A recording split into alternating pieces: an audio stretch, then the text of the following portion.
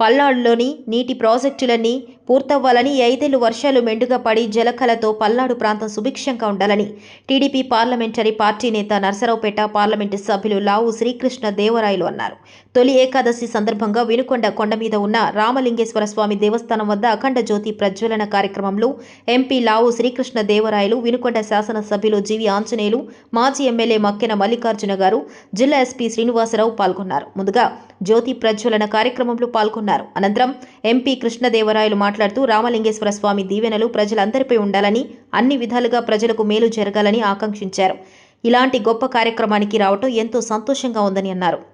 ఈరోజు ఈ కార్యక్రమం ఇంత పెద్ద ఎత్తున జరపడానికి ముందుకు వచ్చిన హిమాలయ స్వామి గారికి, శాంతి ఆశ్రమం వారికి, వారందరికీ కూడా మనందరి తరఫున, మీ అందరి తరఫున, నా తరఫున, అందరి తరఫున కూడా ప్రత్యేకంగా ధన్యవాదాలు తెలియజేసుకుంటా ఉన్నాము. ఈరోజు ఇంత అఖండ జ్యోతి ఇక్కడ వెలిగించి మమ్మల్ని మంచి కార్యక్రమంలో భాగం చేసినందుకు కొన్ని సమయాల్లో కొన్నిసార్లు కొన్ని కార్యక్రమాలకి మన్ని అలా తీసుకువస్తాయి, అలా రావాల్సి వస్తుంది అనే దానికి ఉదాహరణ ఈరోజు ఇది.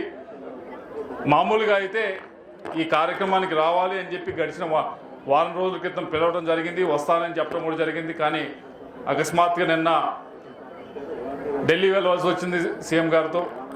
పని అయిపోయి వెంటనే దిగిన వెంటనే ఆంజనేయ గారు, మక్కెన్ గారు మీరు తప్పకుండా రావాల్సిందే అని కోరటం.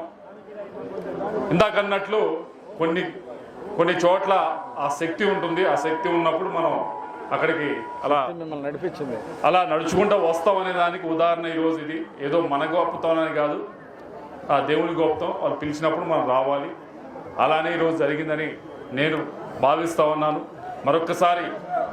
మరొక్కసారి రామలింగేశ్వర స్వామి ఆశీస్సులు మనందరిపైన కూడా ఈ సంవత్సరం మంచిగా ఉండాలని చెప్పి మనస్ఫూర్తిగా కోరుకుంటూ, ఇక్కడికి వచ్చిన భక్తులందరికీ కూడా అన్ని ఏర్పాట్లు చేయడం జరిగింది. ఏదో ఒకటో రెండో కొద్దిగా ఇబ్బందులు ఏమైనా జరిగి ఉంటే కనుక మా తరపు నుంచి క్షమించమని కోరుతూ, తప్పకుండా వచ్చే సంవత్సరం ఇంకా మరింత పెద్ద ఎత్తున చేసేదానికి అన్ని ప్రయత్నాలు చేస్తామని చెప్పి అందరికీ కూడా తెలియజేసుకుంటూ సెలవు తీసుకుంటాము.